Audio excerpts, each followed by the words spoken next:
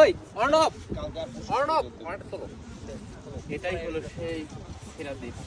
এখানে এটা কিন্তু পানি আর কি, পানি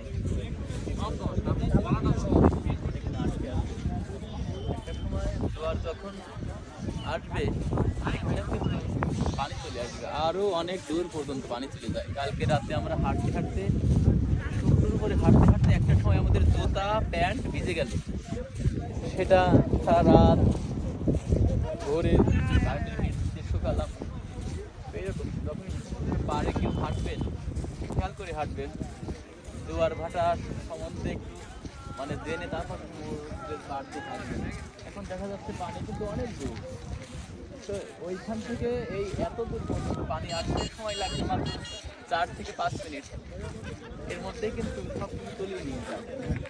তাই যারা সমুদ্রের পাড়ে হাঁটবেন অবশ্যই এগুলো খেয়াল রাখবেন। ঠিক আছে, সবাই ভালো থাকবেন, আল্লাহ হাফেজ।